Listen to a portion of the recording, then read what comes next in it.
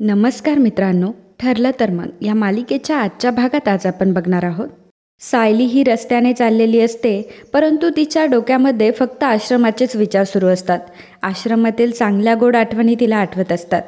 तर इकडे अर्जुन साक्षीला म्हणतो की अनफॉर्च्युनेटली मी तुम्हाला अटक नाही करू शकत, पण एक गोष्ट तर मला चांगलीच माहिती आहे. तुम्ही विलास मर्डर केसमध्ये इन्व्हॉल्व आहात आणि त्यामुळे तुम्ही वेड्यावाकड्या पद्धतीने तो प्लॉट मिळवलाय आणि आता हे मी नक्कीच शोधून काढेल. साक्षी म्हणते की एखादं लहान मूल तोच हट्ट धरून बसतो ना, तसं आहे तुमचं. पण मी समजू शकते की आपल्या बायकोसाठी आणि आपल्या सासऱ्यासाठी कोणीही पण एवढं करेल. एनिवे मिस्टर सुभेदार, जर आणखी काही हेल्प लागली तर नक्की सांगा. जसं आज तुम्हाला कॉपरेट केलंय तसंच करेल. बाय अँड बाय मिस्टर चैतन्य गडकरी, असं म्हणून साक्षी तिथून निघून जाते.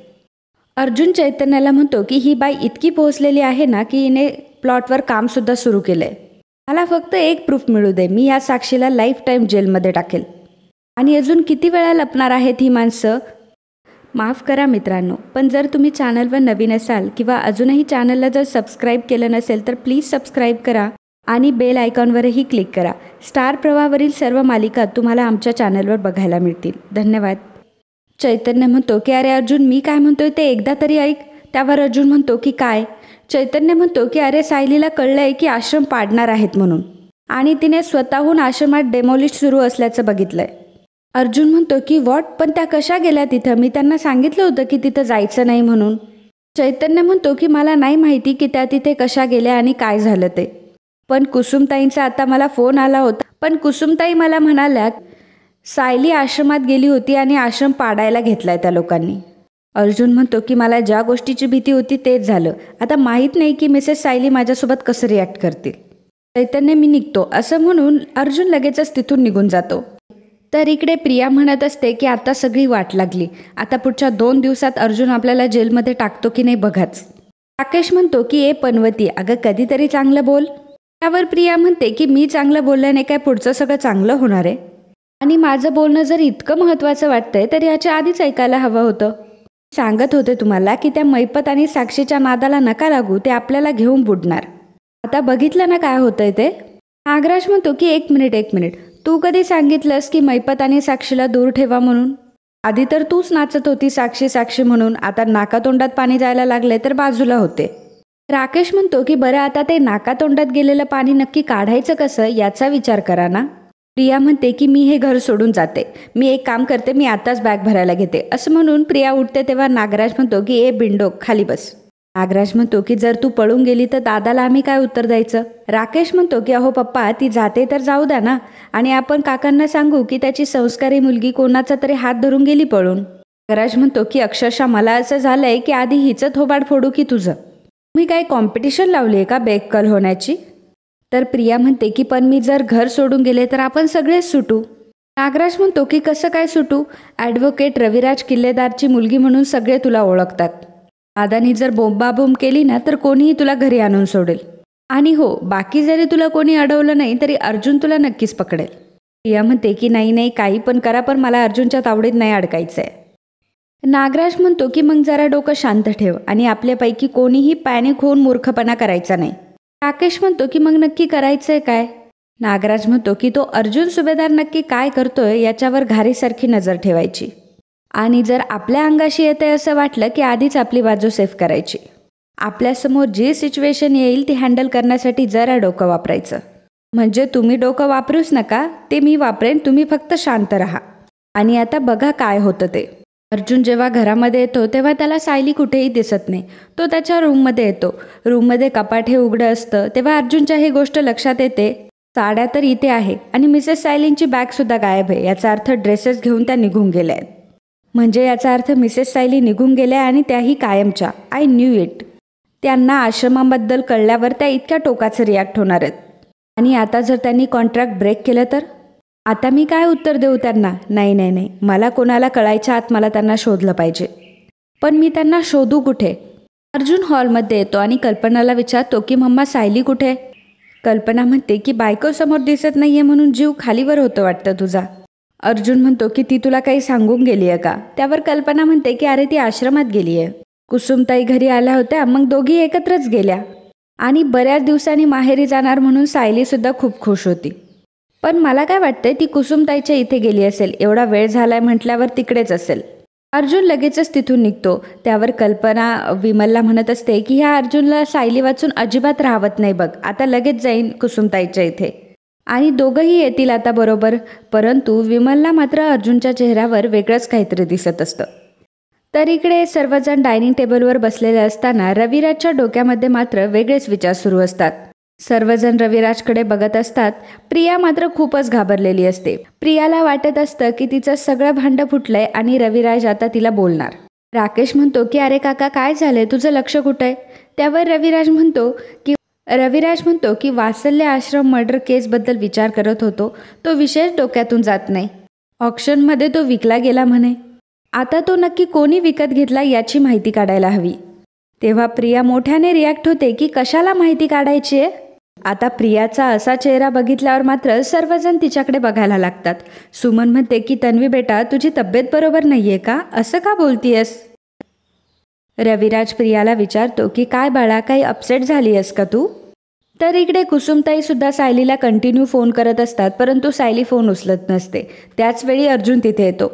अर्जुन कुसुमताईला म्हणतो की कुसुमताई, सायलीला बोलवा बरं बाहेर, मला त्यांच्याशी बोलायचंय. कुसुमताई अर्जुनला बघितल्यावर कुसुमताईंचा पारा चढतो आणि कुसुमताई अर्जुनला म्हणतात की अरे वा, आत्ता उगवलात, आणखी काही त्रास द्यायचा बाकी आहे का आम्हाला? अर्जुन म्हणतो की मला काही तुमचे टॉन्ट ऐकायचे नाहीये इथे, मिसेस सायलीला लवकर बोलवा, मला त्यांच्याशी बोलायचंय. कुसुमताई विचारते की एवढं काय बोलायचंय तिच्याशी? नवीन थापा मारायचाय, काहीतरी लपून ठेवायचंय? अजून थोडा श्वास शिल्लक आहे तिच्यात, तोही असं वागून काढून घ्यायचाय का? नाही, आत्ता आलं माझ्या लक्षात, तुमच्या घरच्यांसमोर खोटी सून म्हणून वावरायला हवी आहे ना ती? हो, पण जर तीच भेटली नाही तर ते कसं काय शक्य आहे? तुम्ही इथे फक्त तुमच्या स्वार्थापोटी आलाय, सायलीची काळजी म्हणून नाही आलायत. अर्जुन म्हणत असतो की कुसुमताई, मिसेस सायलींना बोलवा. तर इकडे प्रिया रविराजला म्हणत असते की बाबा, तुमच्यासाठी ही फक्त एक केस असेल, पण माझ्यासाठी आयुष्यातली सगळ्यात वाईट गोष्ट ही, जी विसरून मला आयुष्यामध्ये पुढं जायचंय. पण सारखं हे ते आश्रम, केस, मर्डर, विलास, सायली, अर्जुन सुभेदार, हे सगळं मला नेहमी ऐकावं लागतंय. बाबा हो, मला कुठे कोणी जाऊच देत नाहीये. बाबा, खरं मला नॉर्मल आयुष्य जगायचंय. मी हवं तर तुमच्या सर्वांच्या पाया पडते, पण काही दिवस ते आश्रम, मर्डर त्याबद्दल काहीच बोलू नका आणि विषयसुद्धा वाढवू नका. रविराज म्हणतो की सॉरी बाळा, म्हणजे खरं तर माझ्या लक्षातच आलं नाही की त्या विषयामुळे तुला एवढा त्रास होत असेल. हे बघ, खरं तर मला तुझ्यासमोर बाकी कुठलीही गोष्ट महत्त्वाची नाहीये, अगदी केससुद्धा. आता यापुढे त्या आश्रमाचा विषय बंद. त्यावर नागराज म्हणतो की मरू दे तो आश्रम आणि मरू दे ती केस. सुमन, अगं तन्वीकडे बघ जरा, अजून तिने काही खाल्लं पण नाहीये. सुमन प्रियाला विचारते की तन्वी, तुझ्यासाठी आणखी काहीतरी करू का? प्रिया म्हणते की माझी काहीच इच्छा नाहीये आणि असं म्हणून ती तिथून निघून जाते. रविराज म्हणतो की नाही सुमन, जाऊ दे तिला, मी नंतर बोलतो तिच्याशी. राकेश मात्र मनामध्ये म्हणत असतो की and the best actress award goes to Miss नकली तन्वी किल्लेदार. तर कुसुमताईच्या घरी अर्जुन सायलीला आवाज देत असतो आणि म्हणत असतो की मिसेस सायली, तुम्ही लवकर बाहेर या. कुसुमताई नक्की कुठे आहेत त्या? त्यावर कुसुमताई म्हणते की मला नाही माहीत ती कुठे. तर कुसुमताई म्हणते की अर्जुन सुभेदार, तुम्ही खोटं बोलता म्हणून तुम्हाला असं वाटतं की सगळं जग तुमच्याशी खोटं बोलतंय, पण ती तुमच्यासारखी खोटारडी नाहीये. मला खरंच नाही माहिती आहे की सायली कुठे. मी पण तिला शोधतीये, पण ती माझा फोनच उचलत नाहीये. अर्जुन म्हणतो की असं कसं काय शक्य आहे? पण ती तर तुमच्यासोबत आली होती ना आश्रम बघायला? कुसुमताई म्हणते की हो, माझ्यासोबतच आली होती. खरं तर माझ्यासोबत घर बघायला आली होती. पण तिला तिथे काय दिसलं? तिच्या घराची खाली पडलेली पाटी, तिचं घर तोडण्यासाठी तिथं मापं घेणारी माणसं आणि फसवणूक. एक खोटा नवरा म्हणून नाही, एक वकील म्हणून ज्या माणसावर विश्वास ठेवला त्या माणसाने निर्लज्जपणे केलेली त्याची फसवणूक. अर्जुन म्हणतो की मी त्यांना फसवलेलं नाहीये. कुसुमताई म्हणते की आता तरी खोटं बोलू नका. अहो, हे सर्व बघून तिची काय अवस्था झाली हे तुम्हाला नाही माहिती. माझ्याशी एक शब्दही न बोलता रिक्षात बसून निघून गेली आहे ती. मी तुम्हाला सुद्धा फोन केला, पण सायलीबद्दल ऐकून घेण्यासाठी तुमच्याकडे वेळ कुठे? अर्जुन म्हणतो की अहो, त्या घरी सुद्धा नाहीये, सगळं सामान घेऊन गेल्या आहेत त्या. कुसुमताई म्हणते की काय, सायली एकटीच कुठेतरी निघून गेली आहे? तुझ्यामुळे झालं हे सर्व. तोंडसुद्धा बघवत नाहीये तुझा आणि तुझा आदर तर करवतच नाहीये मला. तू तिचा गैरफायदा घेतलास आणि आज बघ काय होऊन बसले ते. देवी आई, माझ्या सायलीची काळजी घे. अर्जुन म्हणतो की कुसुमताई, तुम्ही टेन्शन घेऊ नका, मी बघतोय कुठे त्या. अर्जुन लगेचच तिथून निघून जातो. तर इकडे साक्षी चैतन्याला म्हणत असते की ट्रस्ट मी चैतन्य, खरंच अण्णा कोणासोबत आणि काय डील करतात हे मला काहीच माहीत नसतं. चैतन्य मात्र मनात विचार करत असतो की सायली खूप अपसेट झाली असणार आहे, अर्जुनने तर आता वेडेपणाच केलाय. तर साक्षी चैतन्याला म्हणत असते की चैतन्य मला खरंच तुझा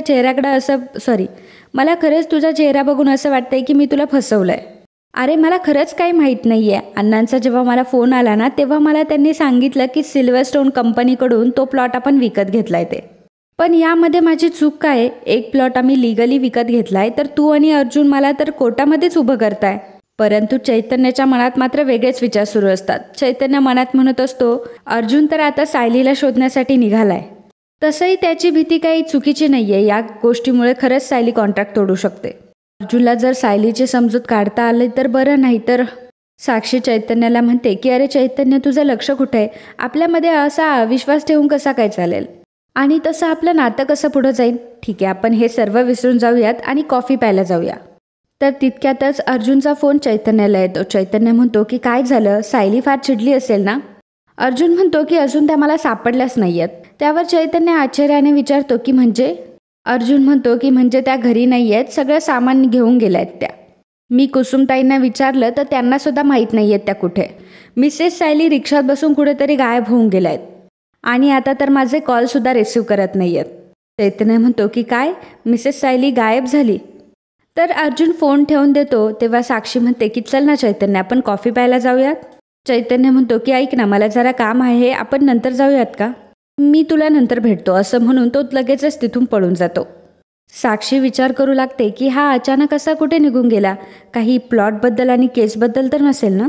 अर्जुन मात्र सायलीला शोधत असतो आणि सायली ही रस्त्यावरनं विचार करत चाललेली असते. आणि मित्रांनो, आजचा हा भाग इथेच संपतो.